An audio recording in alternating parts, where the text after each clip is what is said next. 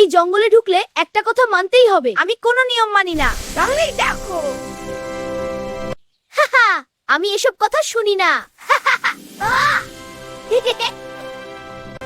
পিকু, দাঁড়াও, এটা কিন্তু বিপদ।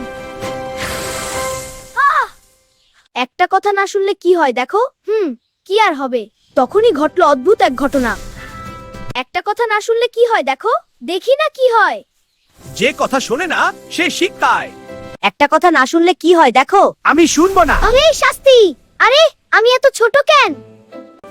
আমি তো আগেই বলেছিলাম।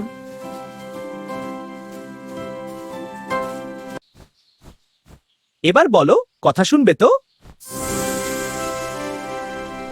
হ্যাঁ, কথা না শুনলে বিপদ। ভিডিও ভালো লাগলে শেয়ার করো। হ্যাঁ, শেয়ার করো। শেয়ার করতে ভুলো না।